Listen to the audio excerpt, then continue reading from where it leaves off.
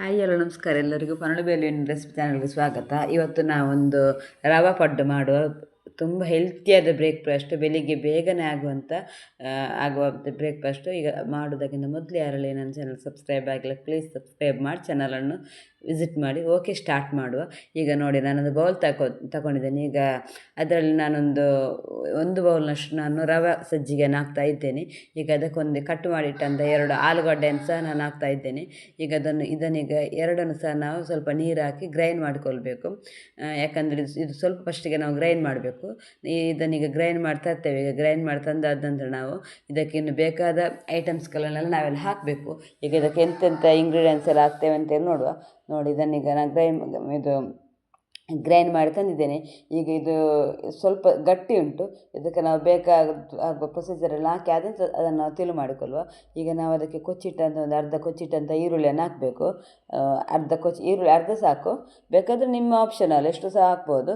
ಅರ್ಧ ಈರುಳ್ಳಿ, ಮತ್ತು 2 ಕಾಯಿ ಮೆಣಸು, ಮತ್ತು ಮತ್ತೊಂದು ಕರಿಬೇವಿನ ಸೊಪ್ಪು, ಒಂದು 7-8 ಎಸಳು ಕರಿಬೇವಿನ ಸೊಪ್ಪನ್ನು ಕಟ್ ಮಾಡಬೇಕು. ಮತ್ತು 1 ಟೊಮೆಟೊ, ಚಿಕ್ಕದಾಗಿರುವ ಒಂದು ಕೊಚ್ಚಿಟ್ಟಂಥ ಟೊಮೆಟೊ, ಮತ್ತು ಒಂದು ಅರ್ಧ ಹೋಳಿನಷ್ಟು ಕ್ಯಾರೆಟ್, ಅದು ಸಹ ನಾವು ಕಟ್ ಮಾಡಿ ಇಟ್ಟಿದ್ದೇವೆ. ಈಗ ನಾವು ಇದು ಪಾಲಕ್ ಸೊಪ್ಪು ಹಾಕಬೇಕು. ಇದು ಹೆಲ್ತ್ಲಿ ಬ್ರೇಕ್ಫಾಸ್ಟ್, ಅದಕ್ಕೋಸ್ಕರ ನಾವು ಬೆಳಿಗ್ಗೆ ತಿಂಡಿಗೆಲ್ಲ ಮಾಡೋದು ನಾವು.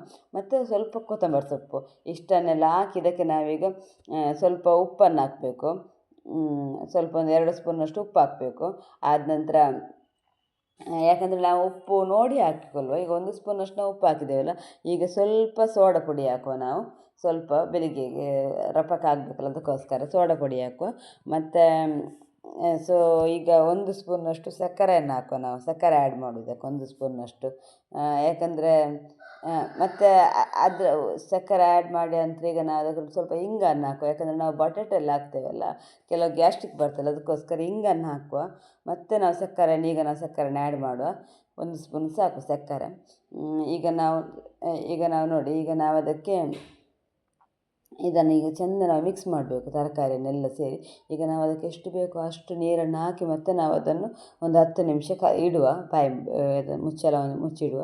ಈಗ ನೀರು ಹಾಕಿ ಆದ ನಂತರ ನಾವು ಅದನ್ನು ಸ್ವಲ್ಪ ಇದು ಮಾಡಿ, ನಿಮಗೆ ಎಷ್ಟು ಹದ ಬೇಕೋ ಅಷ್ಟು ಹದದಲ್ಲಿ ನೀರು ಹಾಕಿ, ದಪ್ಪ ಬೇಕಾದರೆ ದಪ್ಪ ಇಡಿ, ತೆಳು ಬೇಕಾದರೆ ತೆಳು ಇಡಿ. ಈಗ ನೋಡಿ, ಈಗ ಇದನ್ನೆಲ್ಲ ಮಿಕ್ಸ್ ಮಾಡಿ ಆದ ನಂತರ ನಾವು ಇದನ್ನು 10 ನಿಮಿಷ ಬಾಯಿ ಮುಚ್ಚಿಡಬೇಕು. ಆದ ನಂತರ ನಾವು ಅದಕ್ಕೆ ಮುಂದಿನ ಪ್ರೊಸೀಜರ್ ನೋಡುವ. ಚೆಂದ ಮಾಡಿ ಫುಲ್ ಕಲಿಸ್ಕೊಳ್ಬೇಕು, ಎಲ್ಲಿ ಸಹ ಗಂಟು ಇರ್ಬೋದು. ಈಗ ನಾವು ಚಿಕ್ಕದಂತ ಅಂದರೆ ನಾವು ಒಗ್ಗರಣೆ ಹಾಕೋ ಇದುಂಟಲ್ಲ ಪಾತ್ರೆ, ಅದನ್ನು ಇಡಬೇಕು. ನಾವು ಅದಕ್ಕೆ ಸ್ವಲ್ಪ ಎಣ್ಣೆ ಹಾಕಬೇಕು. ಎಣ್ಣೆ ಹಾಕಿ ಆದ ನಂತರ ಇದರಲ್ಲಿ 1 ಸೌಂಡ್ನಷ್ಟು ನಾವು ಅದನ್ನು ಹಾಕಬೇಕು. ಮತ್ತು ಬೇರೆ ಬಾಣಲೆಯಲ್ಲಿ ಸಹ ಮಾಡಿದರೂ ಓಕೆ, ನಾವು ಇದರಲ್ಲಿ ಹಾಕಿದರೆ ತುಂಬ ಪಡ್ಡು ಥರ ಬರ್ತದಲ್ಲ, ಅದಕ್ಕೋಸ್ಕರ. ಈಗ ನೋಡಿ, 1 ಸ್ಪೂನಷ್ಟು ಹಾಕಬೇಕು. 1 ಸ್ಪೂನ್ ಸಹ ಹಾಕ್ಬೋದು, ಸ್ವಲ್ಪ ಜಾಸ್ತಿ ಸಹ ಹಾಕ್ಬೋದು. ಹಾಕಿ ನಾವು ಅದನ್ನು ಬಾಯಿ ಮುಚ್ಚಿಡಬೇಕು. ಅದನ್ನು ಎಷ್ಟು ಚೆಂದಾಗಿ ಬರ್ತದೆ ಗೊತ್ತಾ ನಿಮಗೆ.